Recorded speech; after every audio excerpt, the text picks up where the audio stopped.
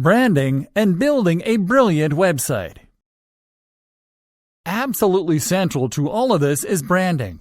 In today's environment, having a brand for your website or business is the most valuable thing you can do to ensure engagement and to build success. And it ties in with just about everything we've said so far up to this point. Your brand is what should tie your entire message together and what should help to perfectly target your ideal audience. It's what will elevate your site above being just another spammy site designed to get ads and turn it into something that people and Google love. Google came out several years ago now and said that it would support brands more in the future. A lot of people reacted badly to this news, seeing it as an attack on the little guy. The assumption was that Google would now be a big fan of sites like Coca-Cola and not care about smaller, unknown creators. That's not the point at all. Small brands are fine.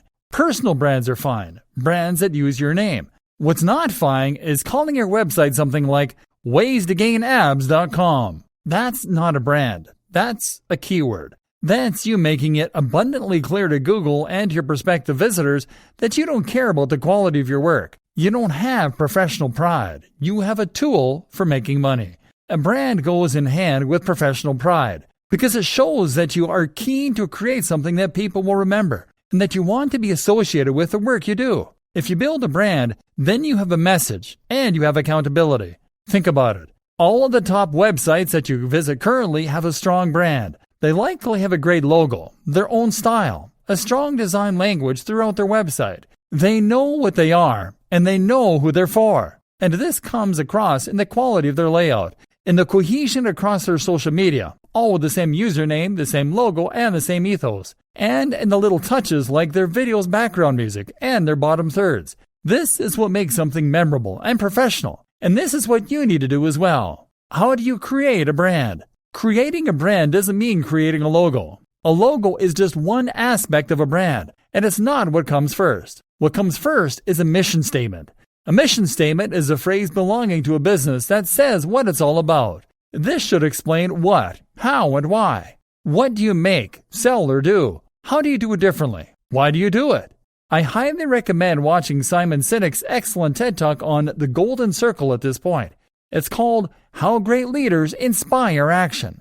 Most companies will think about the what. We make hats. We design websites. We provide legal advice. Many will think about the how. We use the best materials. We outsource to China. We resell, but with a value add. But the why is what matters most.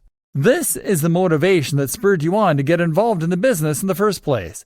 It is what makes you get out of bed in the morning. And it's once again why you cannot have a successful website or business in a niche or industry that you don't truly care about. So, if you have a restaurant, maybe your why is because you want to introduce the world to healthier, cleaner, and more responsibly sourced food. If you have a website about fitness, maybe your why is because you want to inspire the feeling of accomplishment in your audience. Whatever the case, you need to understand this because it is what will give you your value proposition. It is what will give you your design language, and it is what will create your marketing opportunities for you. This will also allow you to find your buyer persona.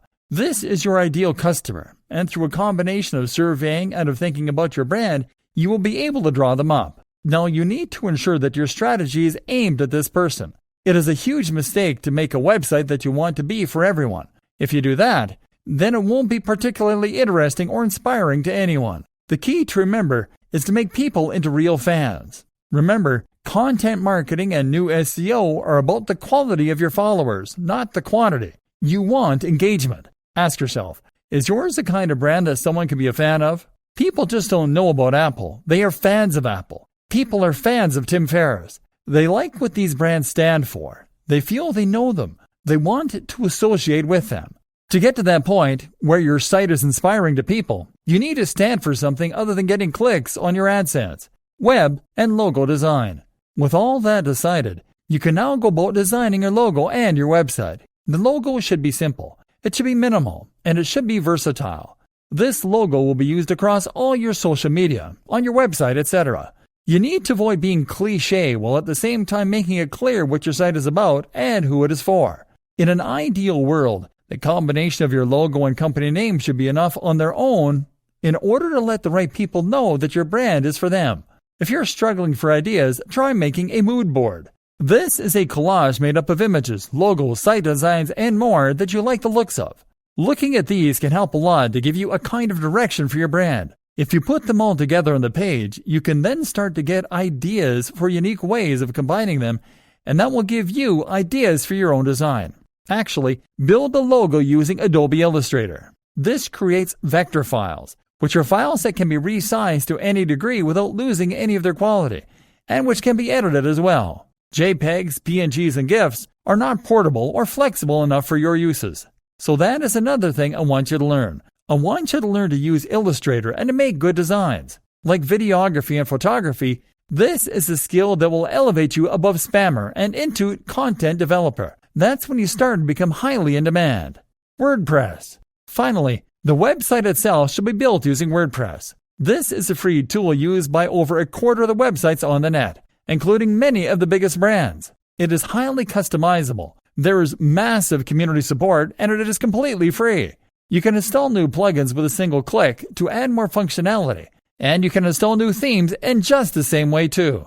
And by doing all these things, you'll be able to make sure your site meets all of the requirements we've learned about over the course of this training. That means being able to implement AMP, accelerated mobile pages, with a single plugin, for instance, being able to install a theme, and know your site will have a responsive, mobile-friendly layout, or being able to apply ad semantic markups. Using WordPress means using a tried and tested tool that has helped countless others to become highly successful. There's no good reason to introduce more elements of confusion into the mix, or to make life harder for yourself by using a tool with less support that requires you to implement these features yourself.